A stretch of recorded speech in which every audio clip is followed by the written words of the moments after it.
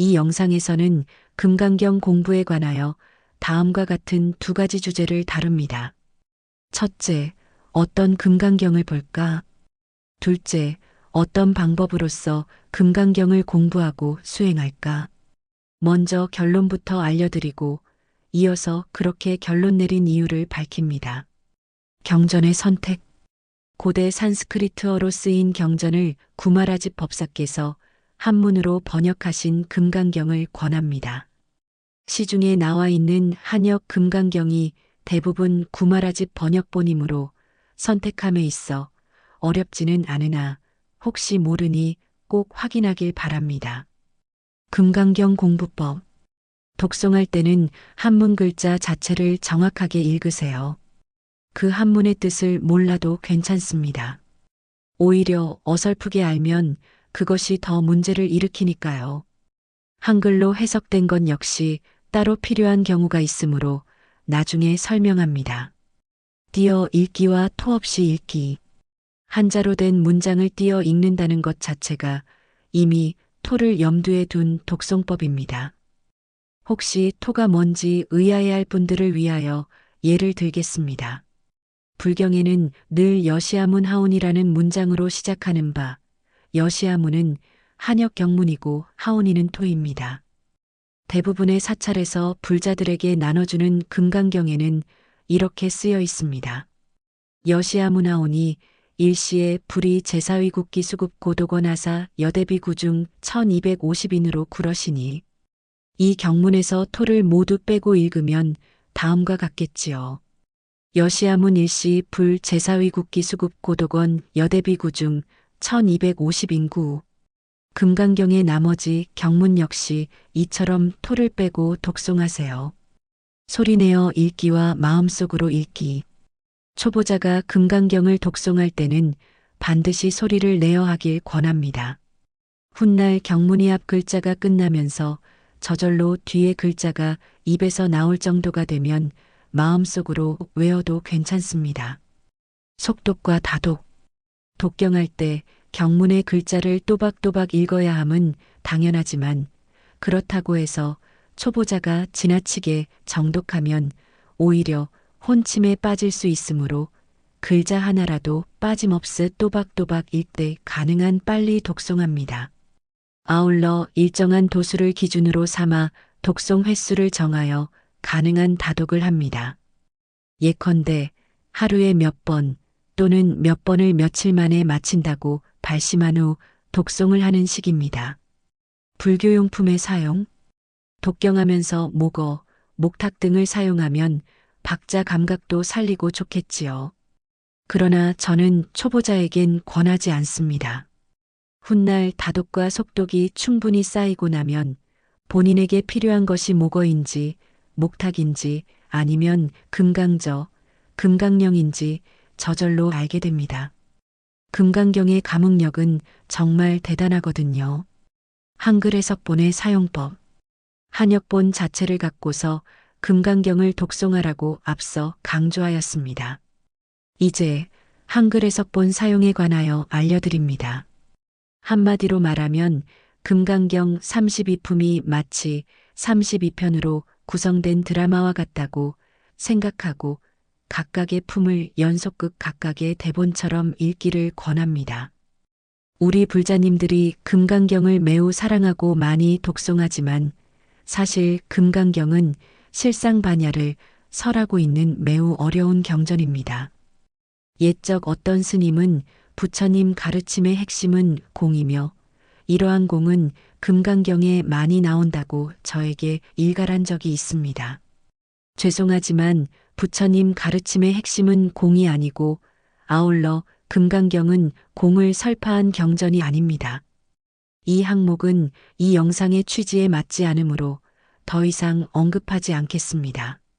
어쨌든 금강경 한글본 또는 한글 번역 부분을 갖고서 여러분 스스로 연속극의 대본을 직접 작성하거나 머릿속에 장면을 떠올리세요. 참고로 말하지만 능엄경이나 능가경 같은 경전을 공부할 때는 이런 식으로 대본이나 영상으로 바꾸면 안 됩니다. 여러분의 이해에 도움이 되도록 금강경 제일품을 갖고서 영상화 해보겠습니다. 가능한 여러분이 금강경에서의 주인공인 수보리 또는 부처님이라고 생각하세요. 사실 여러분 모두 부처님이거든요. 이와 같이 들었다는 문장에 대하여 저는 늘 이와 같은 것을 들었다고 해석합니다. 부처님께서 사위국에 계셨네요.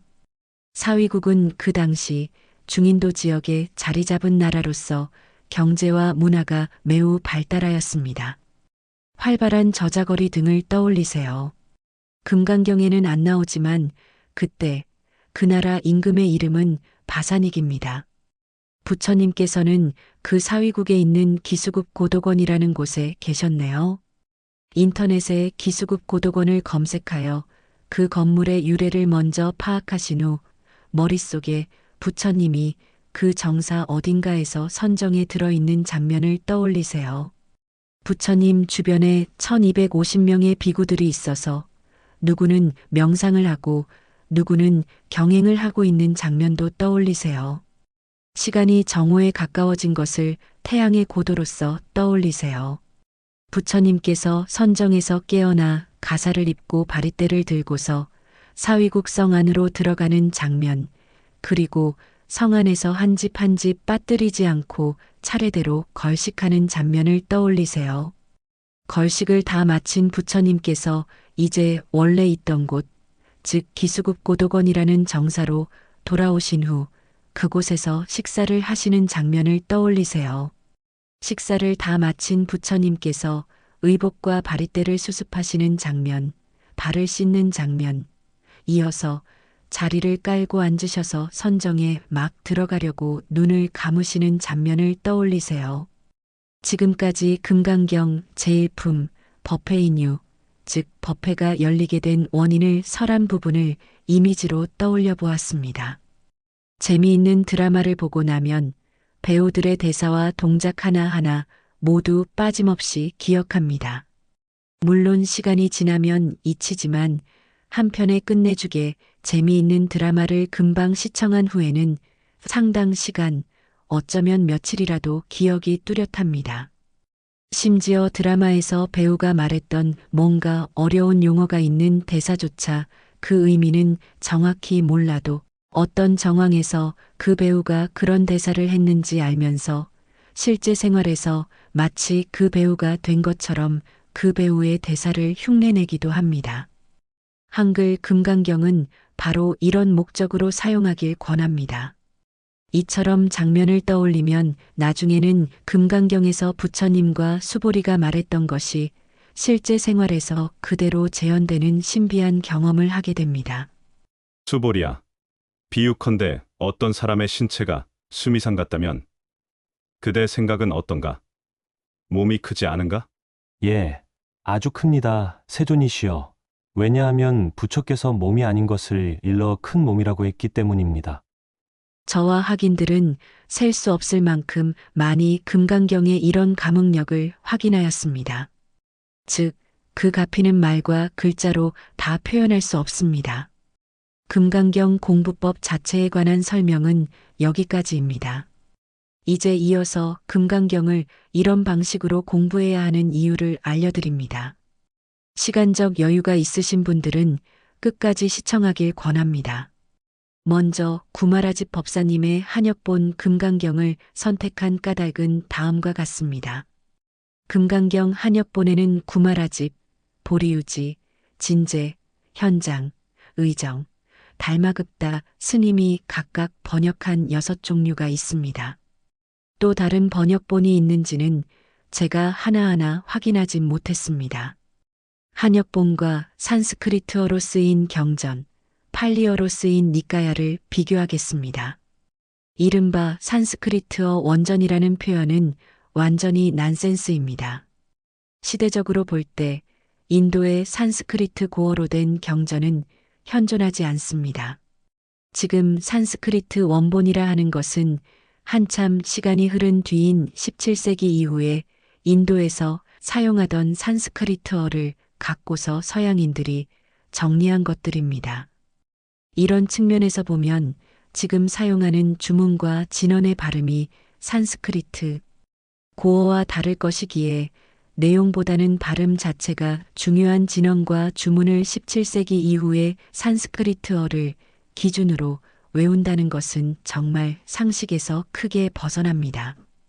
팔리어로 쓰인 니까야는 어떨까요? 이에 대한 불편한 진실이 사실 제가 보기엔 심각합니다. 17세기 기준의 산스크리트 경전이야 단박에 그 허망함을 알 수 있지만 니까야 경전은 언어학의 기초한 형식적인 문제가 아니라 보다 심층적인 문제가 있어서 불법을 깨우치고 증득하는데 과연 니까야 경전을 저본으로 삼아도 될까라는 걱정이 앞섭니다.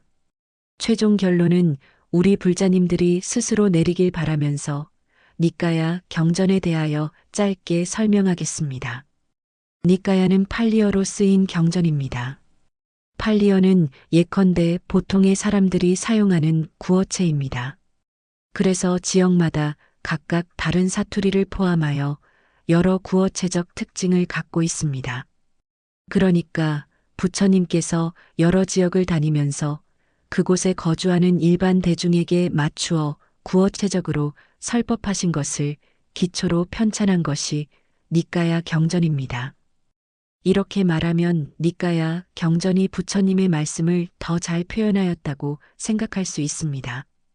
설사 그렇다 해도 니까야 경전에서 사용된 팔리어에 대하여 훗날 지역별로 다르게 해석할 여지가 있고 이 문제는 지금까지도 마찬가지라는 겁니다. 구어체 형식의 니까야 경전에는 이처럼 지역별 언어 차이에서 비롯된 해석의 문제, 즉 비유하면 부처님 말씀을 모아놓았다는 데이터베이스에서의 그 데이터의 정확성, 일관성, 유효성이 온전하게 유지되었음을 장담하기 어렵습니다. 종교와 문화 측면에서 볼 때도 니까야 경전에 대하여 흔쾌하지 않습니다.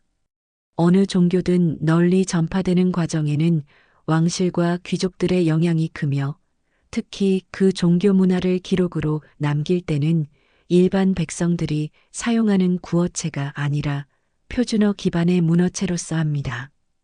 표준어이므로 사투리가 없어서 훗날 해석이 지역별로 달라지지 않으며 문어체이므로 언어 규범을 중시하여 특정 명사나 서술어 중심의 방식으로 기술합니다.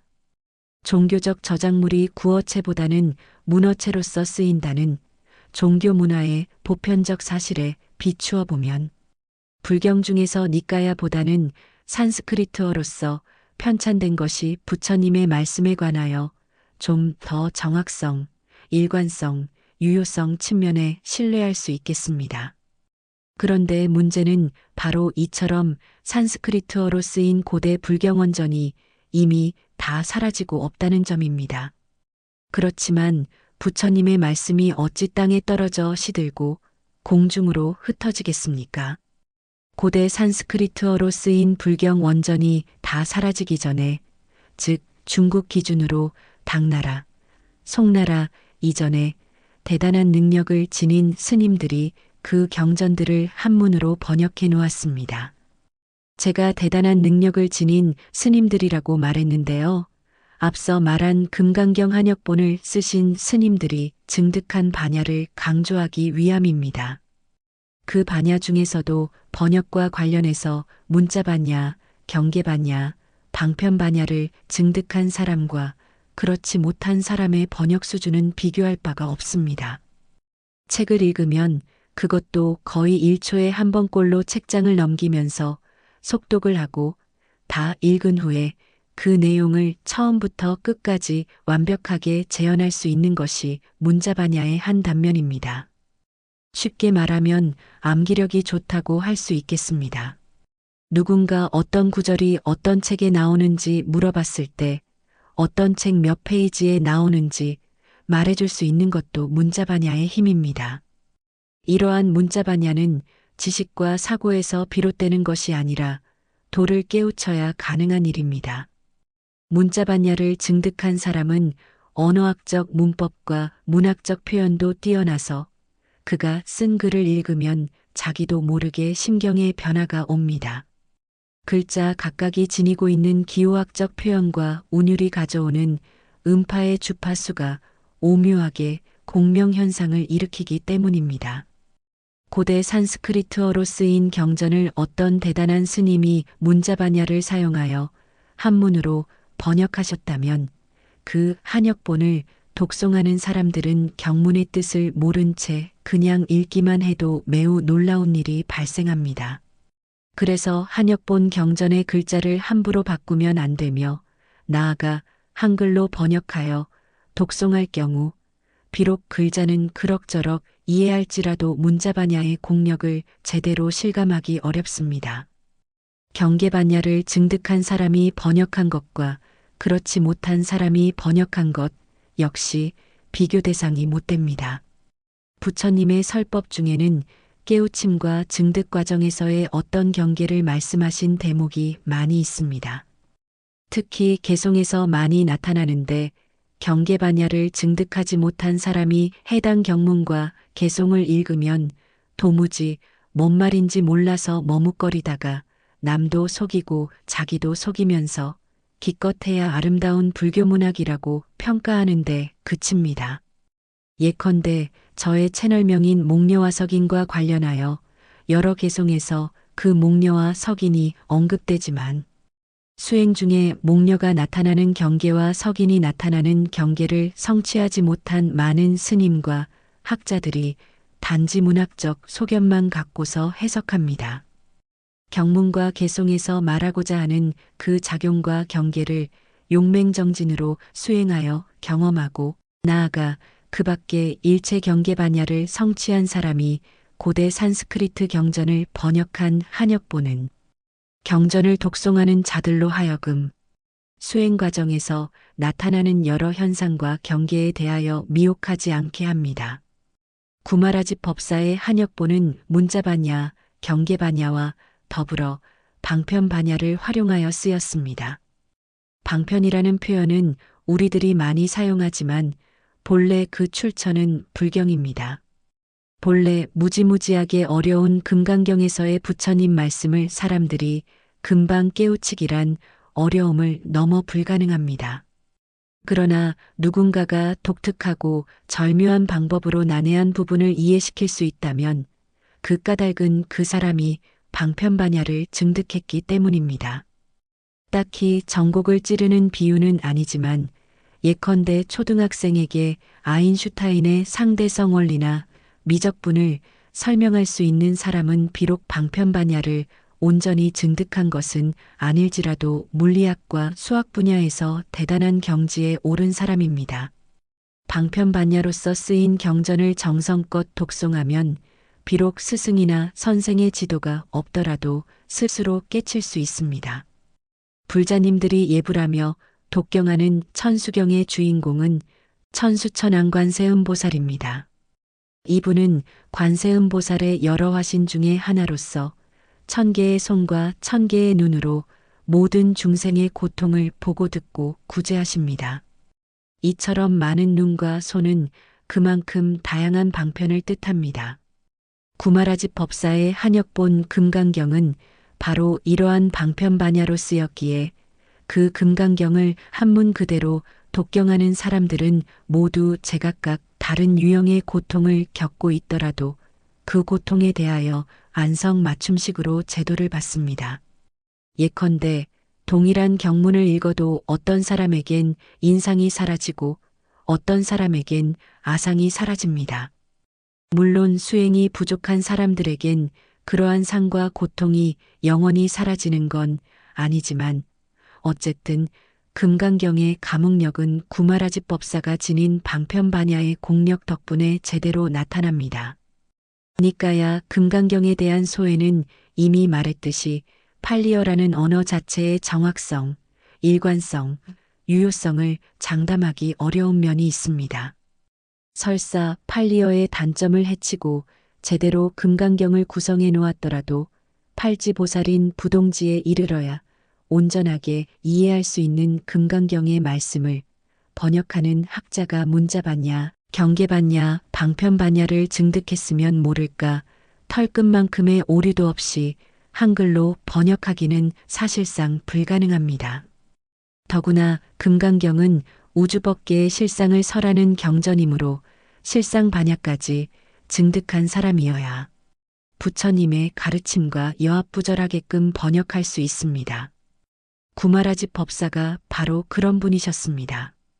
중국 남북조 시대에 구마라집 법사를 서로 앞 다투어 초빙하려다가 세 개의 국가가 소멸된 사례에서도 보듯이 그냥 대단한 학자에 그친 분이 아닙니다. 이러한 구마라집 법사 한역본을 독송할 때 앞서 말했듯이 토를 달지 말고 읽으시길 권합니다.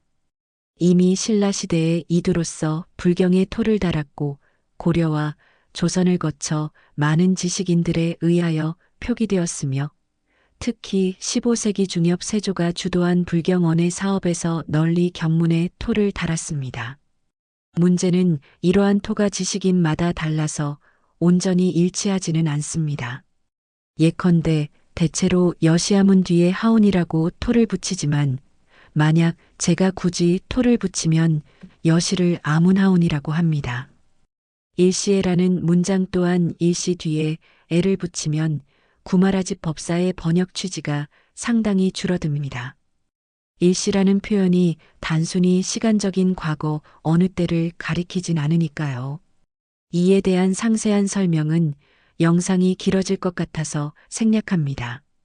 이제 영상을 마무리하면서 불자님 모두 구마라집 법사께서 한역한 금강경으로서 문자반야와 경계반야 그리고 더 나아가 실상반야까지 성취하고 그 금강경에 내재된 방편반야의 감흥력으로서 삶의 온갖 고통에서 벗어나 목적하신 바 소원이 이루어지길 간절히 발언합니다. 이 영상이 도움이 되셨으면 구독, 좋아요, 알림 설정을 부탁드립니다.